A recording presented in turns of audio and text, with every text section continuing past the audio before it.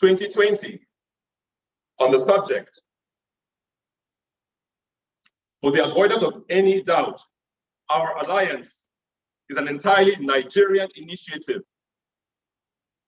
and we are not under the patronage of any political, religious, or foreign entity.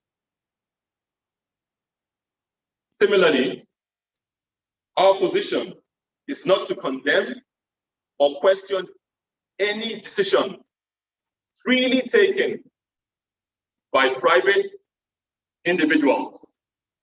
Let me repeat this one. Similarly, our position is not to condemn or question any decision freely taken by private individuals, but rather to ensure that the fundamental right to do so is not lightly infringed by overzealous and ill-informed agents of government.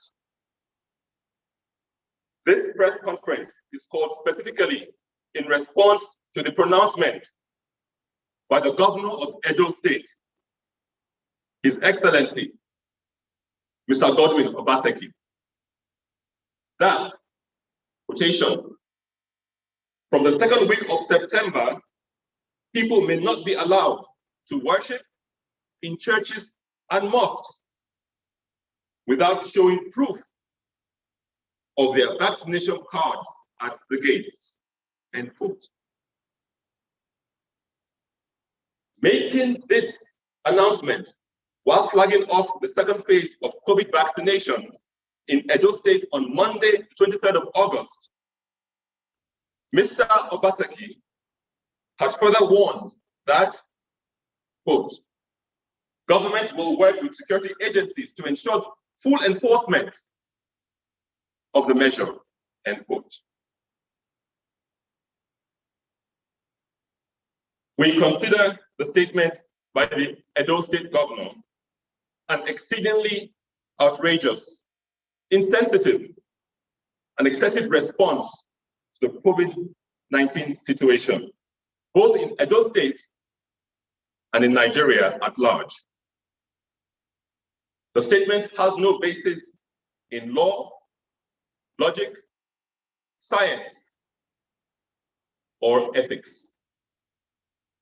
To begin with, does Mr. Obaseki have enough vaccines for the more than 3 million residents of Edo State? Were they all to step out for the vaccine in compliance with this half-baked measure? We therefore hereby call on Mr. Governor to immediately retract the statement and resign the decision based on the following fundamental and incontrovertible premises. We have 4 premises we shall list. We'll take them one by one. The first one is ethics of mandating a no liability experimental medical product. The second, issues of effectiveness and duration of efficacy. The third premise, the critical issue of safety. And the fourth premise, the biggest issue of all, what is all this really about? Let's start with the first premise. Ethics of mandating a no liability experimental medical product. The vaccines which Mr. Governor is directing his citizens to mandatorily receive, be it Moderna, AstraZeneca, or Johnson & Johnson, are up to this moment all known to be experimental in nature, having been authorized only for emergency or experimental use. Also, well known is the fact that virtually every party, including every party involved in administering these shots, from the manufacturer or manufacturers to the donors and the medics who are giving them, including the Edo State government, are all indemnified from all liabilities in case of any adverse effects attending the receipt of the vaccine. It is therefore not only unconscionable making the jab mandatory for free citizens, it is particularly obnoxious linking it with their fundamental right to assemble and worship the presence of Almighty God. Second premise, issue of effectiveness and duration of efficacy. Contrary to the oft-parroted phrase that the vaccines are safe and effective, publicly available records clearly indicate otherwise.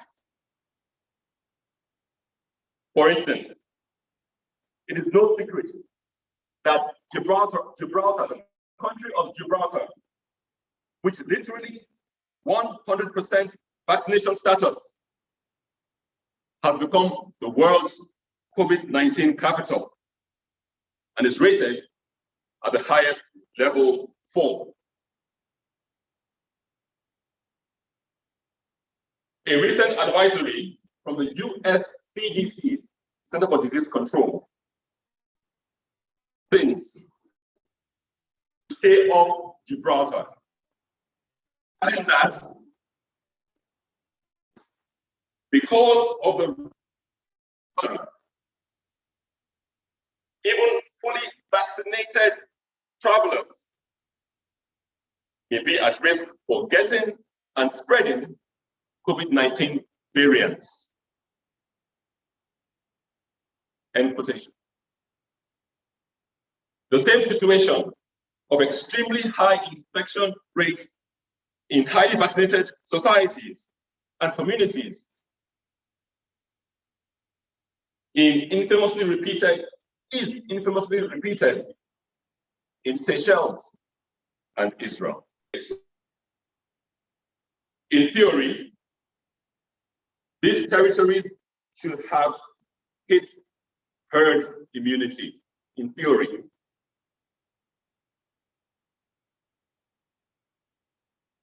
Yes, with their impressive high vaccination statuses, they should have hit herd immunity.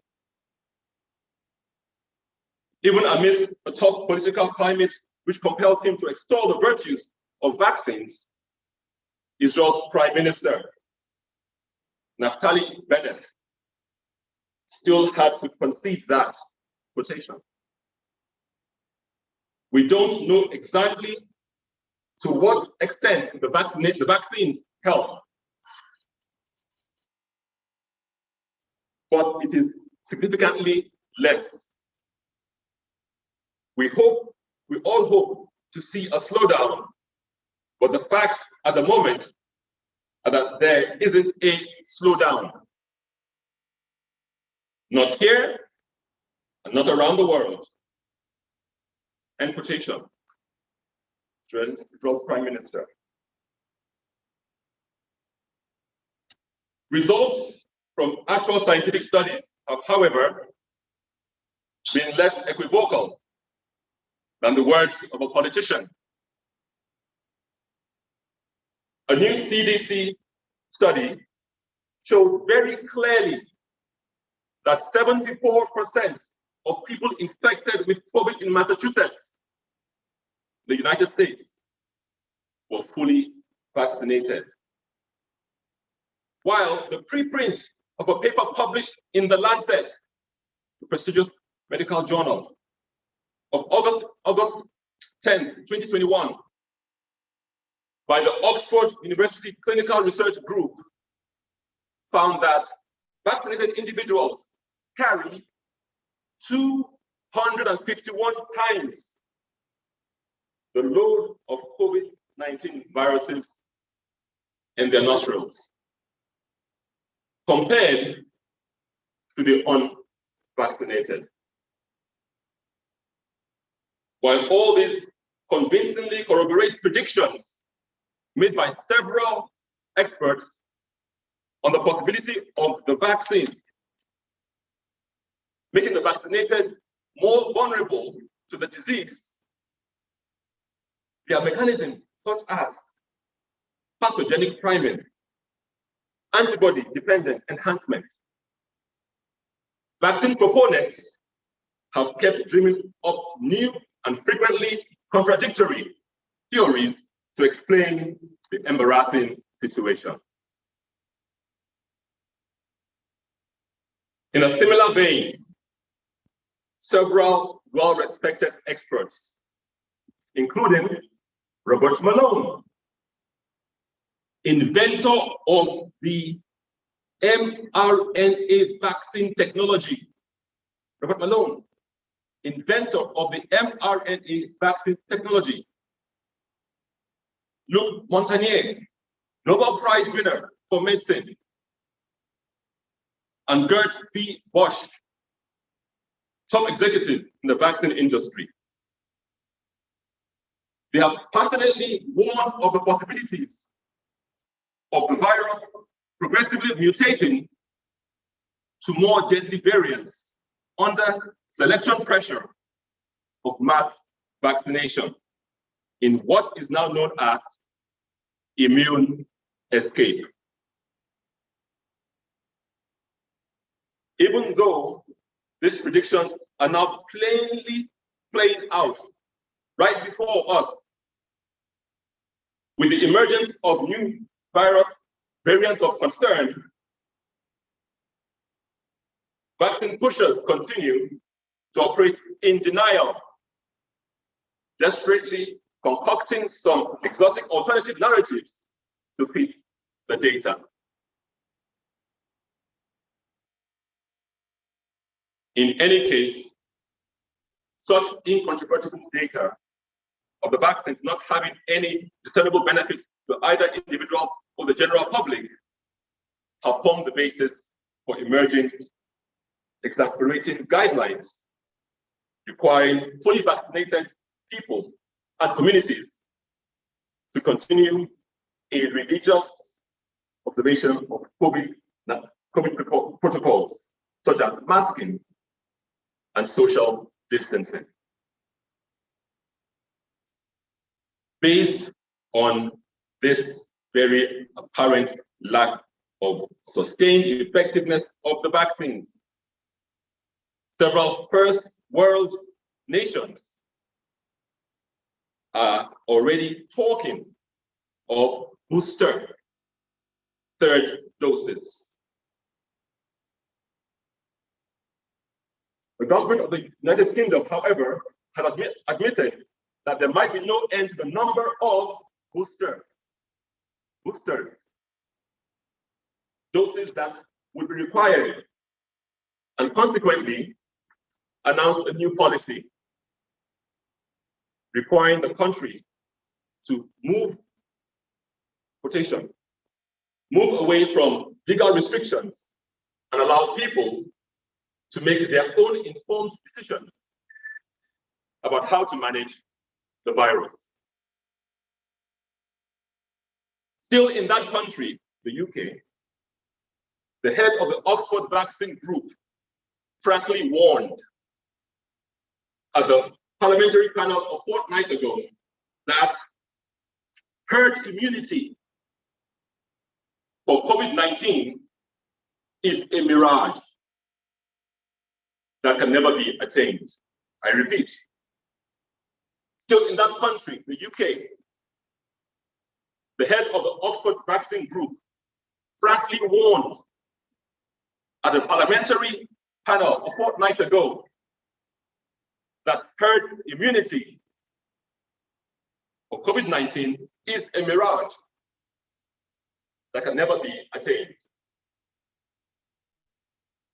With all these publicly available, uncontroverted data, it is therefore a big wonder that Governor Obaseki would think that it is the same clearly unprofitable path that its people must be compelled to tread. More so, when it is well acknowledged and officially backed by statistics from the Nigerian Center for Disease Control, NCDC, that the COVID-19 threat is by far benign in Nigeria, relative to the above cited countries. That minimal threat is even further considerably downgraded by the finding by an eminent team of Nigerian scientists of the effectiveness of the cheaply available drug, ivermectin, especially when applied early. The first premise we covered was on the ethics of mandating a no-liability experimental medical product. The second premise we just finished was the issue of effectiveness and duration of efficacy. We have two more premises. The third one is the critical issue of safety. Please listen carefully. So beyond the issue of efficacy, however, the safety profile of the vaccine being mandated by Mr. Obaseki is even more frightening. Yes, safety profile. With no publicly accessible database on adverse effects associated with the vaccine in Nigeria, it is very easy for government officials to continue mouthing their mantra of a safe vaccine. Shamefully, even when the administration of AstraZeneca jabs, for example, were being paused in dozens of nations all over the world over safety concerns, officials here in Nigeria kept insisting there is nothing to worry about with the product. Indeed, there are indications, despite official secrecy on the matter, that the 1 million doses of AstraZeneca's vaccine rejected by South Africa were transferred mainly to Nigeria. It is simply bewildering to note that up till the present time, no independent testing of safety has been conducted by the Nigerian authority on these vaccines that Mr. Obaseki insists must be taken by everybody in his constituency who wishes to worship God. The NAFDAC freely admits that all that was done by the body is adopt a new protocol handed it by the World Health Organization, termed Reliance. The new ad hoc protocol excuses the NAFDAC, from carrying out any independent safety tests on the vaccines and encourages her to make pronouncements of safety simply based on tests and pronouncements by more matured regulatory authorities elsewhere. This, of course, is in contravention of the laws establishing the NAFDAC. Yet, nobody has challenged the situation, and officials continue to give clean safety bill to products they have not tested. Meanwhile, adverse reactions to the vaccines are kept in other climes. And the official figures are truly frightening. In the US, records from the publicly accessible Vaccine Adverse Events Reporting System, VAERS, show that between December 14, 2020 and August 13, 2021, there have been 13,000 deaths. I repeat, there have been 13,068 deaths, 81,000 serious injuries. I repeat, 81,050 serious injuries, and over 500,000 other adverse events associated with the use of COVID vaccines in the United States. A whistleblower at the CDC further averred under oath that the system is underreporting deaths occurring within 3 days of vaccination by a factor of 5. Let me repeat that. A whistleblower at the CDC, the US, further averred under oath that the system is underreporting deaths occurring within 3 days of vaccinations by a factor of 5. Similar frightening reports are available from the UK, Israel, Canada, Europe, and the list goes on. The question is, where is the figure from Nigeria? Where are our figures upon which the blank card pronouncement of safety is based? Where are our figures upon which we give this blank card pronouncement of safety?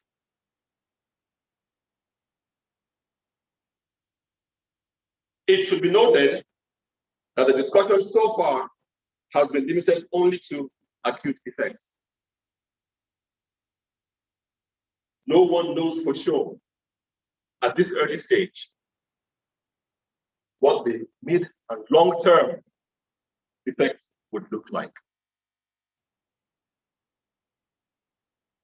Fourth premise. The biggest issue of all. What is all this really about? This brings us to the real bewildering question in this utterly bizarre matter. Given that all the above facts are incontrovertible and well known to all, including the proponents of the vaccine,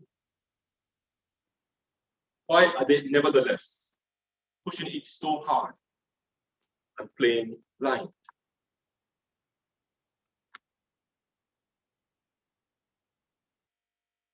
And it is at this juncture that the church in particular, and all liberty-loving Nigerians in general, must discern the apocalyptic dimension of the issue at hand. In our memorandum to the House of Representatives last year, we showed with full references cited from publicly available scientific materials how emerging nanotechnology could provide unrestricted access to the mind, emotions, and physiological processes of recipients of such products are packaged into these entirely novel vaccines. We also observed in that memorandum that a spirit of mandatory vaccination permeated the entire bill under consideration. Even though many thought the suggestion at that time was rather far-fetched, current developments have proved us right. ladies and gentlemen, we might indeed be at the brink of a new enslavement of such intricacy and dimension, hitherto inconceivable, and for which, if carelessly allowed, posterity and our future generations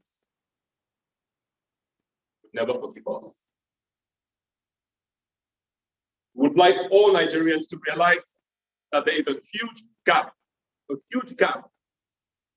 between mandating external measures such as donning masks, wearing masks, and social distancing. Those are external measures. There's a huge gap between those measures and an internal measure mandating the irreversible injection of a medicinal product still undergoing trials into people's bodies in mass.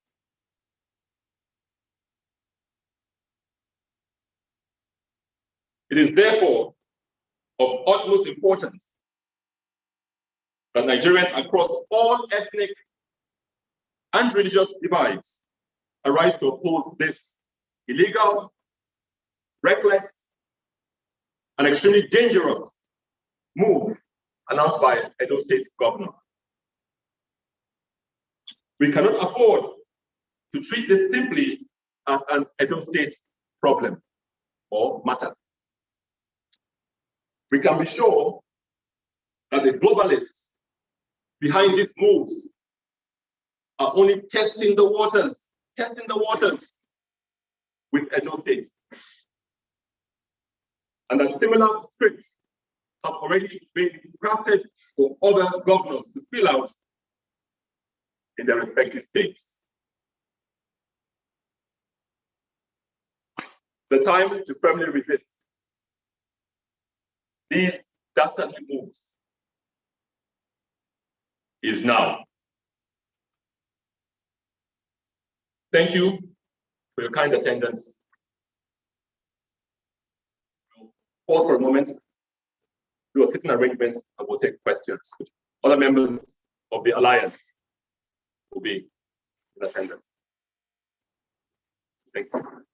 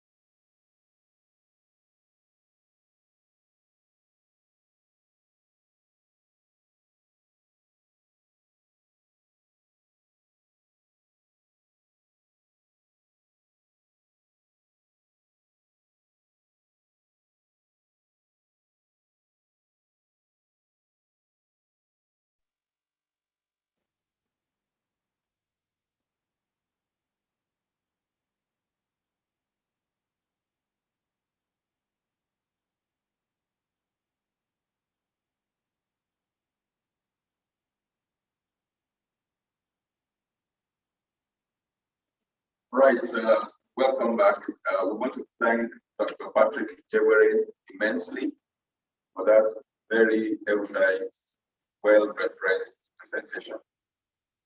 For those who are able to get a hand of the copy, you see all the references there, all the different things that were put forward. We want to also thank everyone online, as well as our journalists that are in-house. Gentlemen of the press, we welcome you one more time. There will be room for questions, for clarifications on some of the issues that have been raised, so that there could be further light shed on those three areas in your mind. So we'd like to once again remind us that this is the Nigeria COVID Response Alliance, which is an aggregation of several CSOs and NGOs who are concerned about what has begun in Edo State that has the potential to spread to other states in Nigeria if care is not taken. And that is the essence of this response to that action by the Edo State government, as announced by the executive governor of Edo State, His Excellency Governor Godwin Obaseki. So we throw the floor open for gentlemen of the press to ask questions or clarifications. And those online can also post their questions in the chat room. And as time permits, we will be able to take those questions and respond to them clearly. Permit me to once again introduce the two gentlemen that are seated there with me. Dr. Patrick Jewere already introduced himself. And for the sake of those who might be joining us or who joined us after he had introduced himself, he has degrees in several areas of human endeavor. He started with a degree in chemistry, and then a degree in pharmacy, and then a degree in medicine and surgery. And then he specialized in internal medicine, a consultant, internal medicine practitioner. And he also has a master's degree, MBA and MBA. He has been the one who has made the presentation today. We believe very strongly that there are many well-qualified scientists out there who know their onions, who are asking legitimate questions that have been dodged since this pandemic started, but now begging for clear scrutiny so that we know precisely where we stand and that we are building whatever plan we have on solid science and not on pseudoscience and economic considerations. To my left, we have another erudite scholar, Professor Joshua Ojo of the Obafemi Awolowo University, the professor of health physics. He also will be answering some of the questions that will be coming forth. So permit me to start with the house. I am Reverend Tony Akiemi. I also have certification in 3 areas. I studied computer engineering from Obafemi Awolowo University, and then theology, a bachelor's degree in theology, and ultimately one in nutritional consulting. So I am a nutritional consultant, and I'm also certified, a board certified holistic health practitioner by the American Association of Drugless Practitioners. And I chair this occasion. You're all welcome. So the floor is open. Please mention your name, the organization you represent, and your question. Yeah, my name is Shepherd James. I would like to raise this. After listening to your presentation, I noticed that you only talk about the negative effect of this vaccine. You didn't say anything about the positive aspect. Is there no positive aspect? That's one. Then are you denying, from what I've listened to, are you denying that COVID-19 exists, or what you are saying is that the vaccine leads to more death than the actual COVID-19? So I want you to clarify those. Thank you very much. Was definitely qualified to respond to that. I think from the press statement, it's quite clear the third part of your question, what the vaccine has done in terms of numbers globally, deaths in the US, where awesome records are kept. That answers the third part of your question. What is the positive aspect of this vaccine? You're all here today. There's a discussion going on. There's a global awareness to the importance of vaccines, better understanding about viruses, microorganisms. And this platform allows us to discuss even further, creating smarter citizens, indigenous, on their health journey. For instance, we know the human body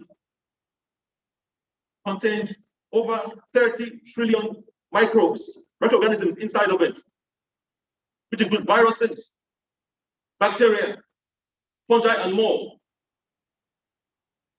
If you hear me on my radio program, we discuss this with listeners, lay listeners. That is 70% of your immune system. Your microbiome in the gut, according to science. So this whole vaccine issue, or COVID-19 issue, has allowed us to do what? Go out and teach on the radio, on Zooms, on so many platforms, educate the masses with what science is saying today. Today, a lot of people understand that your immune system is key, not only for COVID, it has been key for the last how many years we've lived, for centuries, and it's key going forward. For me, that's one of the biggest pluses of this COVID-19 pandemic and this vaccine issue, to allow the public to ask questions, get answers, look at facts, and become wiser and more educated in their journey of health and wellness. Thank you very much, Dr. Joey. I will call on Professor Ojo to also say something. Let me see up front very clearly. We here are not denying that the virus exists or not. That is not the point of our conference. We're not saying there's no pandemic. That's not what we're saying.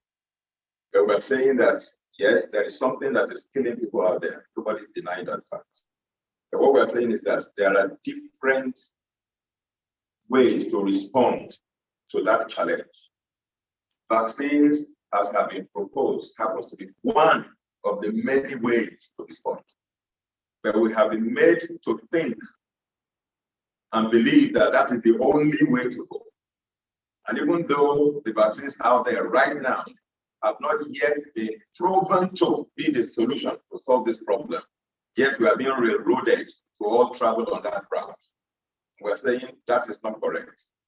You need to review these things clearly and ask the right questions, get the right answers, and then be able to arrive at a decision and a conclusion that is safe for all. Professor Joe will add another layer to that. I want to listen to our presentation. Vaccine so out of the approved, we are still experimenting. So there's no way we should be mandating what is still experimental. The only approved vaccine so far was 2 days ago, and it's called Binat, as not available here at all. And even if there is only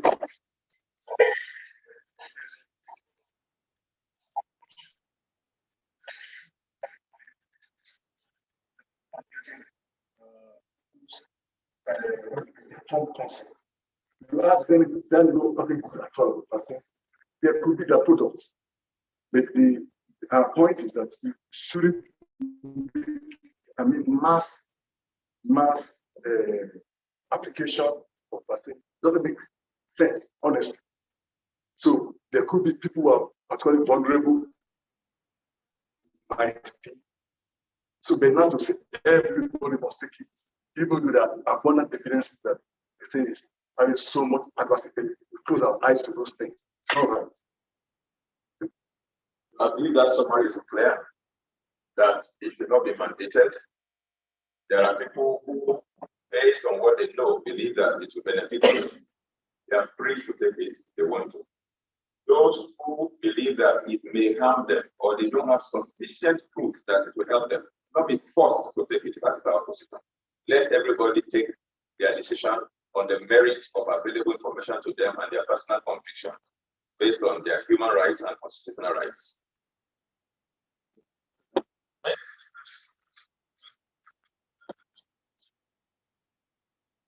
I want to truly express my gratitude.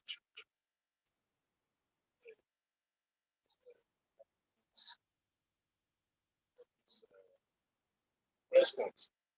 Personally, I have already booked to even take the vaccine tomorrow. So by coming here now, I have started to develop doubt.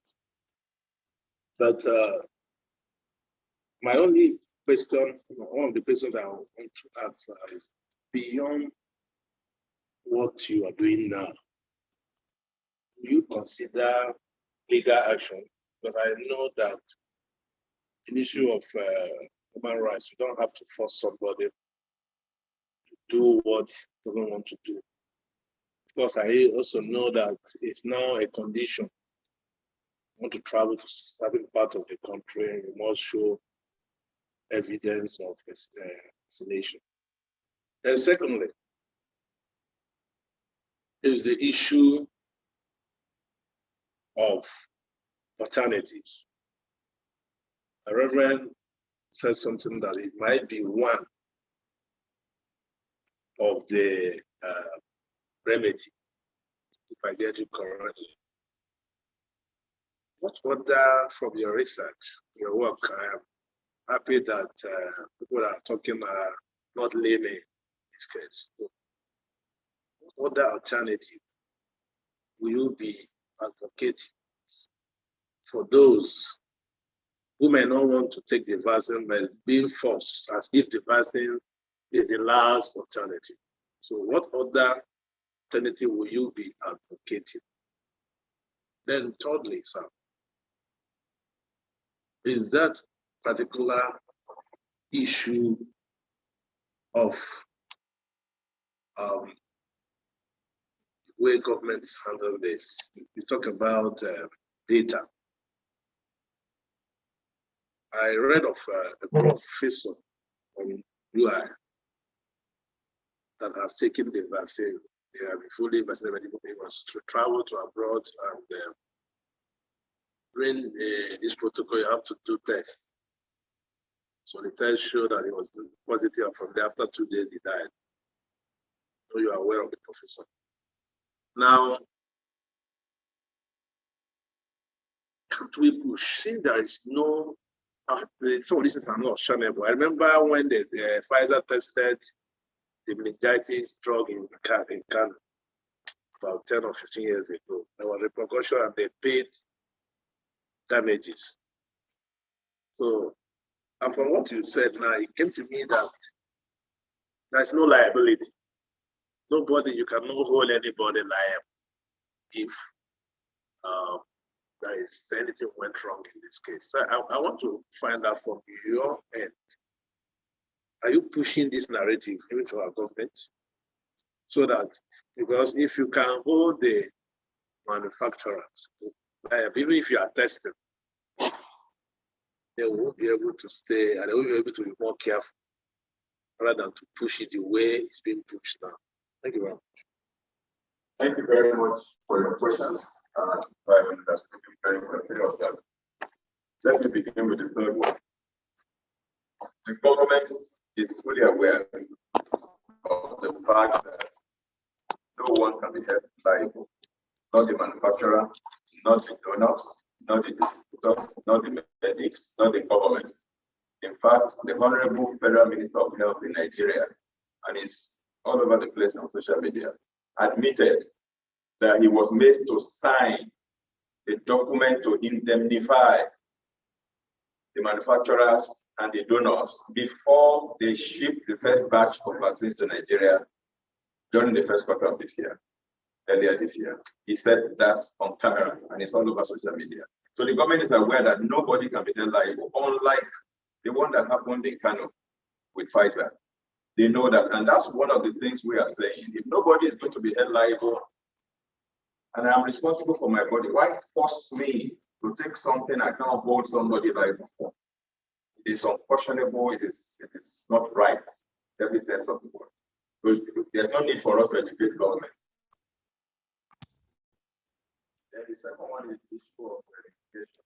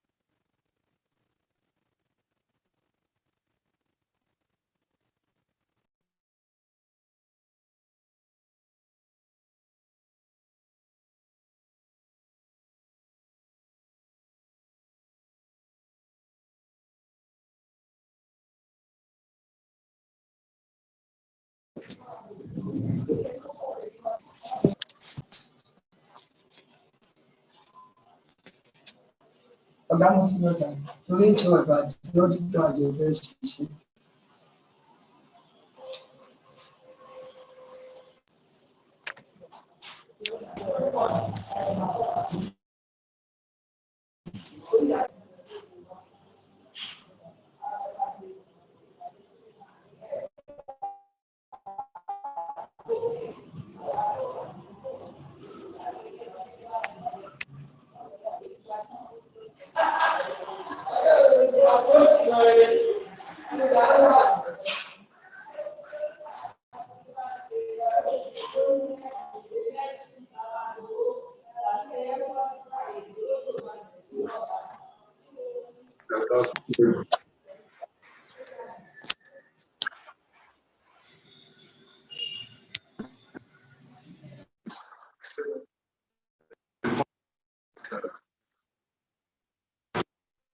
Equity.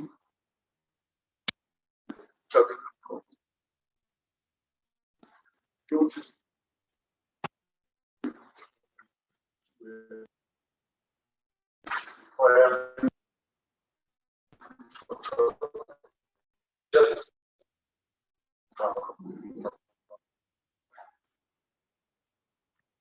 what can Madrid do?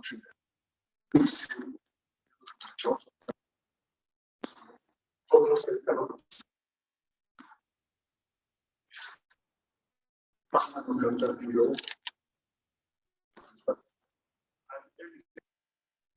can check the references of those who are catching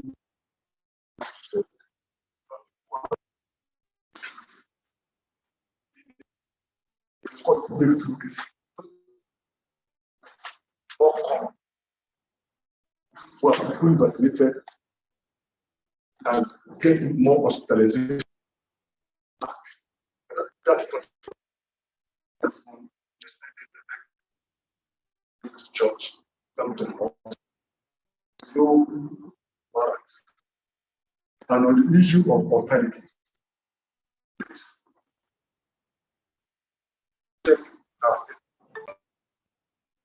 admitted in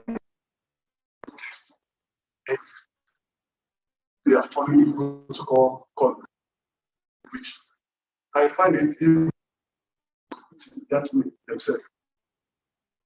Matured just X-ray. That's what we just that's not right. And that requires country. They put their right in that form. We have scientists on ivermectin to the vice president. And we know this thing. So it works. So there are alternatives. Alternative. I don't know. It's an alternative. Thank you very much. Let me also for COVID infections come from three major sources. One is what I call the forest solutions. By that I mean herbs. Other things abundant in number two, soil. The sources that are extracted from to produce pharmaceuticals. Three, it can come from the laboratory where things are brought together. So, like I use the chloroquine, it's like Artemis, many solutions. In the consultant in that tell you that the test in consultant, it is clearly stipulated that zinc viral replication, zinc across the membrane is required. The absorption of zinc This is where like penicillin. All over Africa, there have been proposed solutions that have been proposed. Where of what happened? I mean, even Uganda has with Southern Africa, and in Nigeria, even Professor Ibu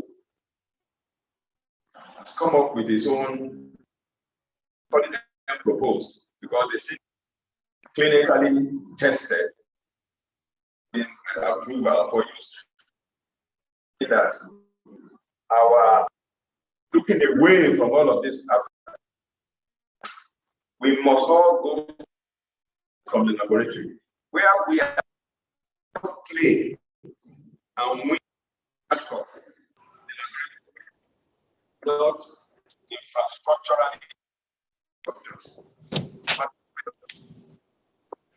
Even though we have the personnel and scholars in it, because we can develop the infrastructure.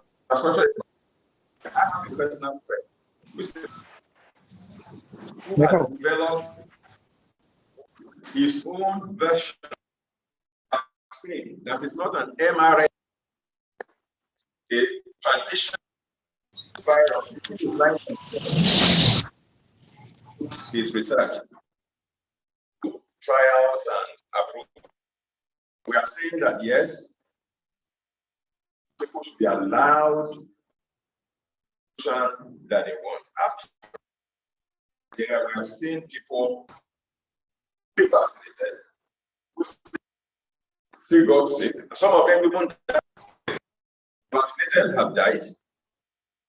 The vaccinated have died from this. Vaccinated then, particularly with that is a novel technology. He invented the technology himself.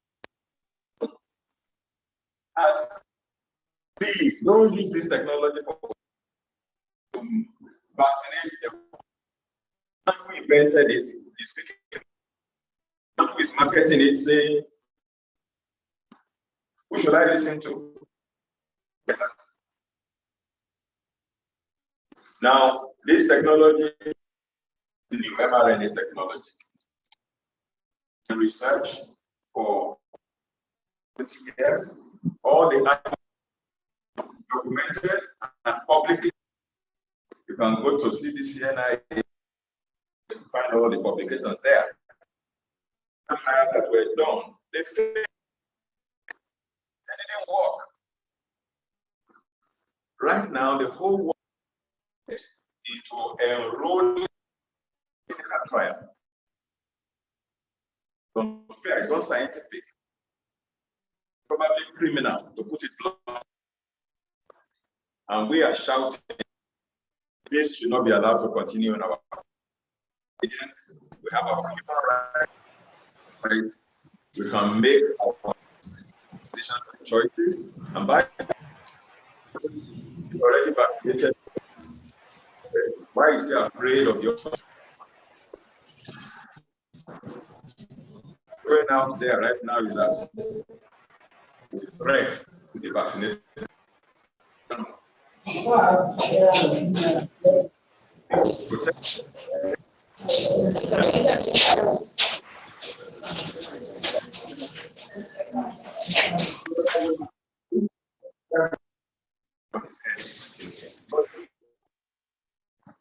Doesn't make any sense at all.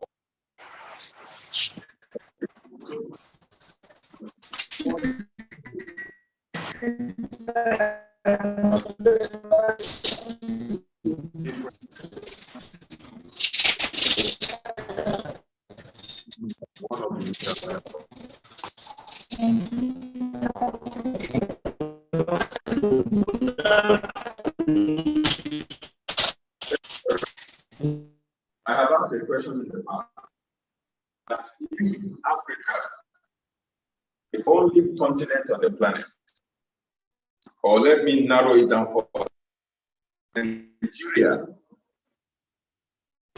in the world on the, and COVID-19 had broken. Where would we be looking to? Why can't we inwards and look at our peculiar situations, even in the cholera has killed more people than COVID-19.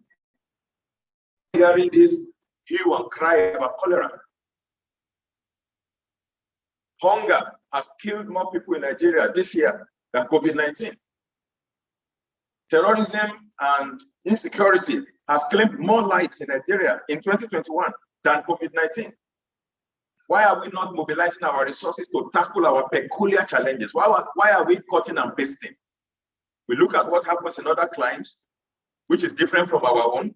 We cut and paste their own solution, their own strategy, their own templates, without looking at our peculiarity and looking at it. I have mentioned we have forest solutions, and we have people who are willing to come forward with their proposed solutions. Let NAFDAC and other such agencies now begin to undertake testings and trials of the various proposed solutions in Nigeria. And let us begin to educate our people on how to strengthen and modulate their immunity. The most important ally that every human being has against this virus is their personal immunity. And there are basic things we can all do.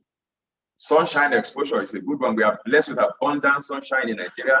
I personally believe it's one of the reasons we have low cases of COVID-19 in Nigeria. And you see, the cases are more pronounced among those who sit indoors, who don't take sunshine. If you see the common man on the street, the laborers on the street, the market women on the street under the sun, how many cases of COVID-19 have you recorded among them? I'm not saying they don't exist. What I'm saying is it's lower because their vitamin D levels, because they stay under the sun, is higher. It's free. Let people spend 1 hour under the sun every day. They will manufacture vitamin D in their body, free of charge. God won't send them an invoice for that. And that will bolster their immune system and fortify their body against this virus. Let's educate people about nutrition, how to eat a balanced diet. Let's educate people about stress management so that their immunity will not be compromised. And when all these things are in place and we help to prosper the economy and people can afford a good meal every single day, their immunity will be strong and they can beat anything that comes against them. And those few who are more delicate and more vulnerable can then receive the support that we can get from our health facilities. But the average person should not even be afraid in the first instance. Now, I personally feel that there has been a lot of fear mongering going on. Every day we hear, oh, 300 people have died. Oh, 50 people have died. I always ask the question, if 300 people have died from COVID, tell us, break it down so that it will make sense. How many of the 300 people that died were fully vaccinated and still died? How many of them were unvaccinated and unfortunately died? So that we can begin to look at the statistics. Is this thing really helping people to stay alive or not? But we shroud all this data in secrecy, and we make it so incomplete that nobody can make any sense out of it other than to create fear in the minds of people. So people can go around their life easily anymore. They're afraid to do normal things that they do all the time. There are institutions in Nigeria I expect to be conducting some research right now. I spoke to one of my friends in one of the teaching hospitals. I said, what are you guys doing about this? Why not even test everybody in your university community, your teaching hospital community? Let's know how many people already have natural immunity. Many people may have been infected without even knowing it because they were asymptomatic and they have already recovered and they have already developed their own natural immunity, which is superior to any immunity that vaccines can confer. Studies have already revealed that. If somebody has been infected and has recovered, that person already has natural immunity, and that immunity is stronger than the immunity you can get from vaccination. Why not begin to test people in communities to know how many have already developed natural immunity? So even if we need to vaccinate a few, we will not be doing it for everybody who already had immunity. It's a lot of money to vaccinate 200 million people. Does Nigeria even have the resources to do that? These are questions begging for answers, but nobody wants these questions to be asked. Somebody said, he said, truth is never afraid to be questioned. It is only falsehood that is afraid to be queried.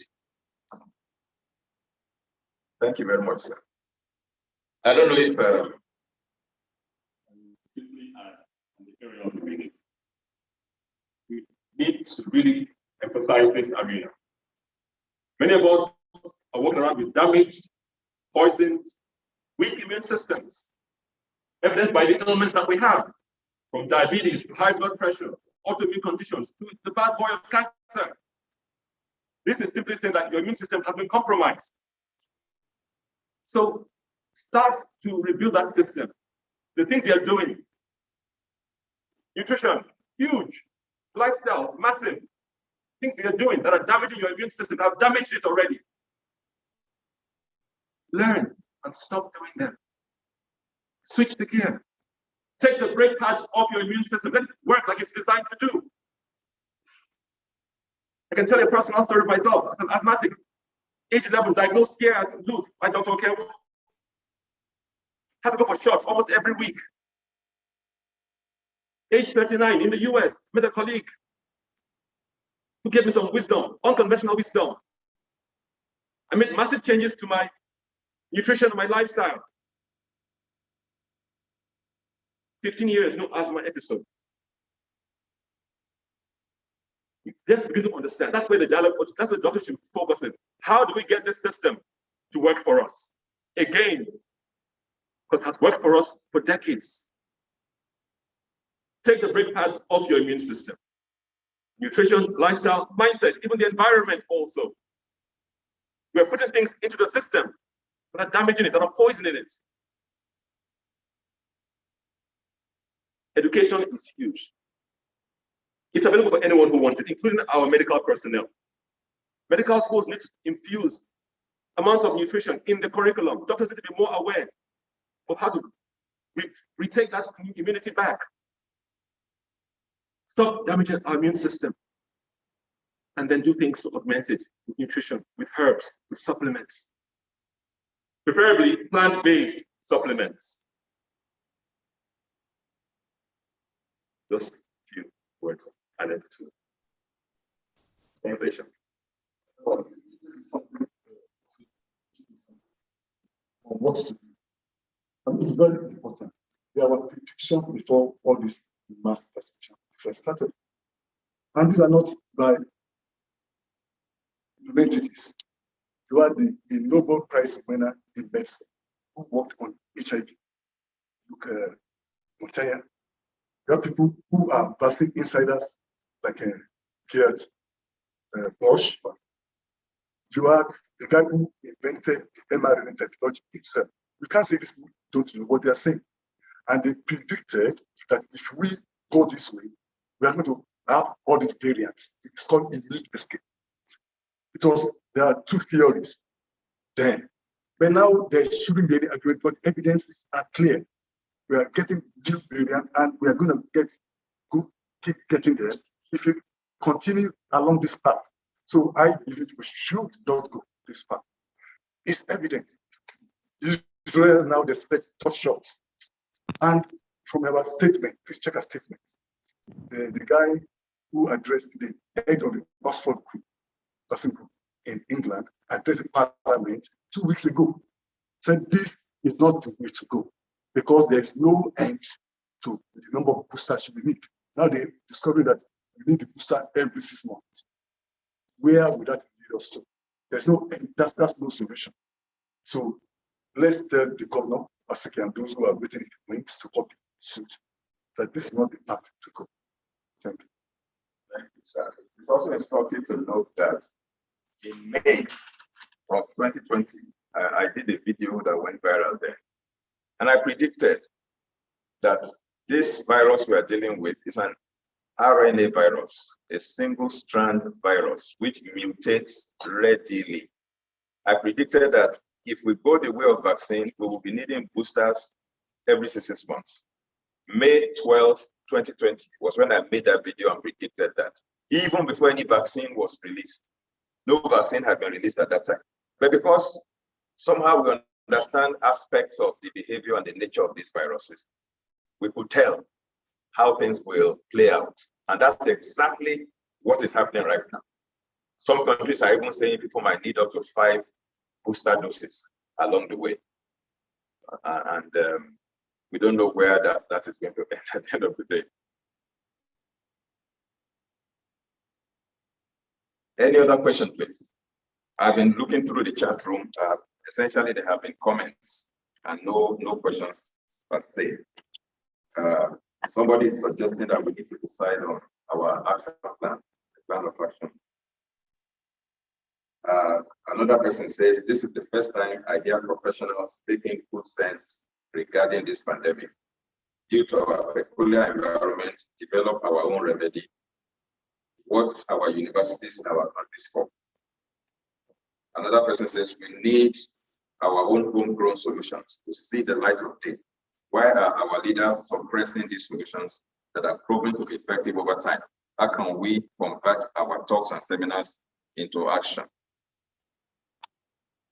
Exactly, we have a peculiar system and we must take into consideration whenever taking major decisions concerning Nigerian citizens. And then another professor here, a medical professor, he says, most Nigerians have immunity to SARS-CoV-2. That's the virus that causes infection of COVID-19. He said the prevalence of SARS-CoV-2 serological cross-reactivity was significantly higher in samples from sub-Saharan Africa compared with the USA. That is from Professor Philip. Again, the Nigerians have higher immunity to SARS-CoV-2.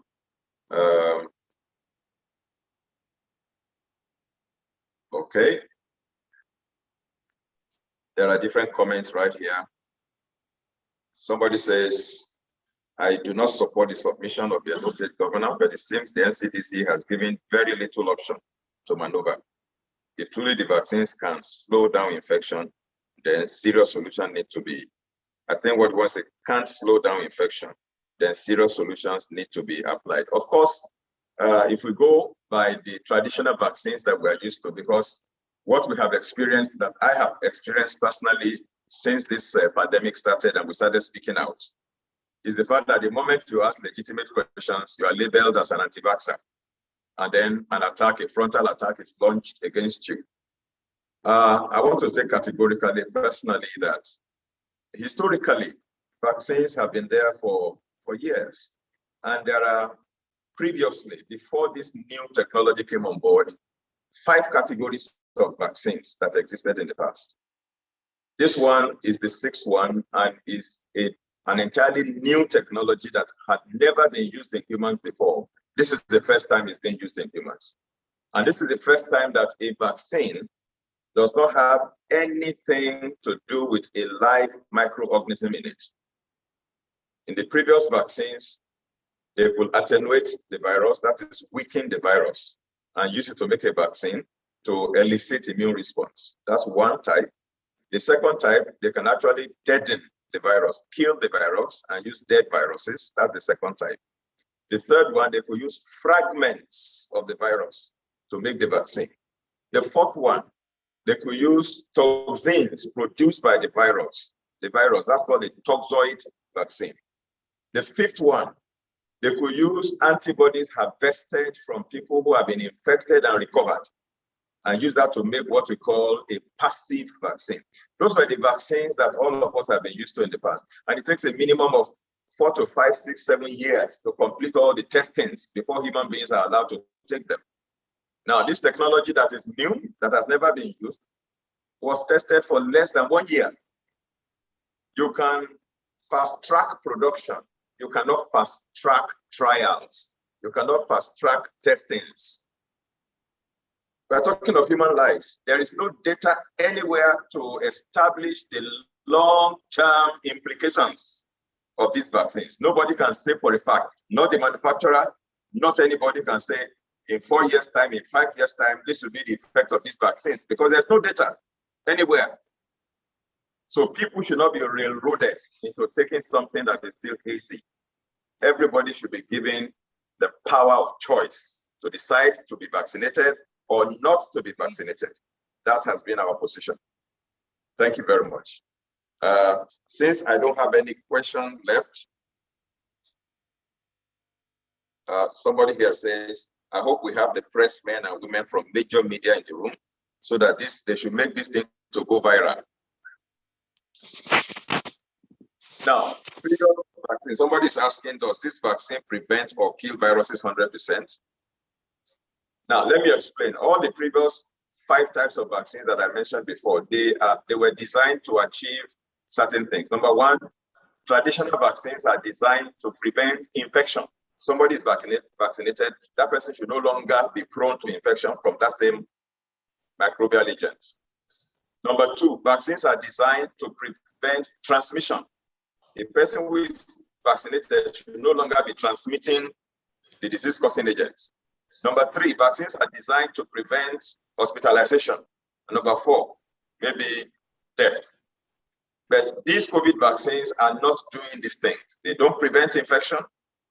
They don't prevent transmission. And as we have already seen, they don't prevent hospitalization and they don't prevent death. So what is the point? I believe that the mRNA technology is a technology that still needs to mature, needs to develop so that proper application can be found for it. But right now, we are doing what we shouldn't be doing. If there's no other question, then I will ask the gentleman here to say their final message for the House before we bring this to a close. I have a question.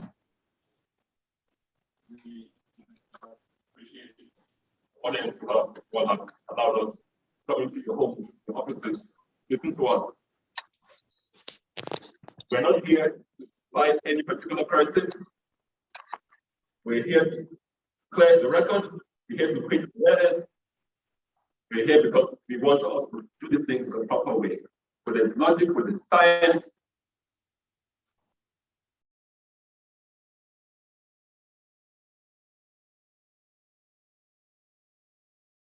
It's about us saying, talking, bringing the data forward, discussing, and coming up with a path forward that is in our best interest.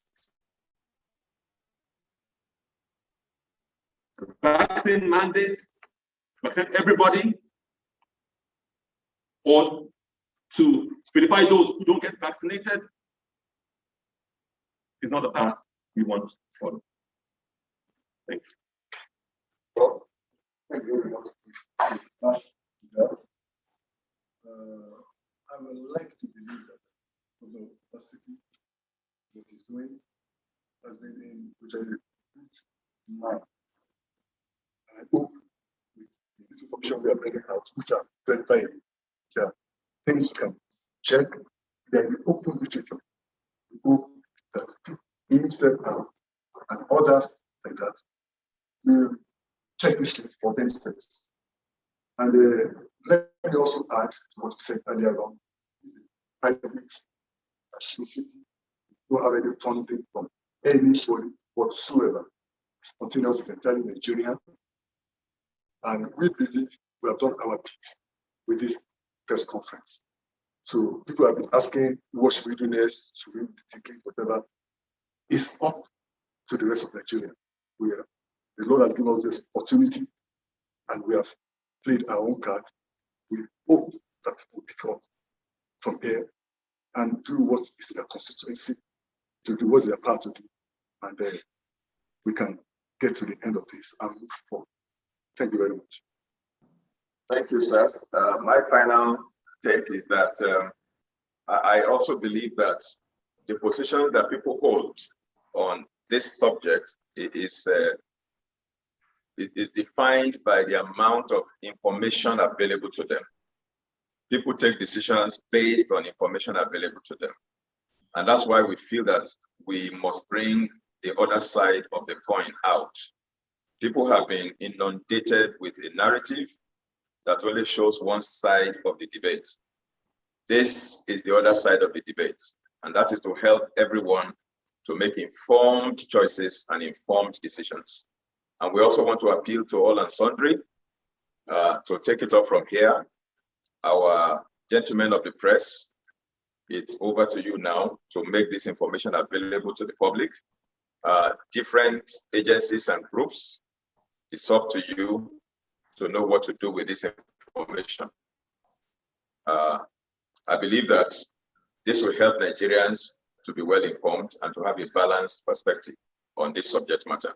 Once again, I'd like to say a big thank you to all our online participants, as well as particularly those of us who have found the time to be here in spite of your busy schedules and the traffic situation in our city.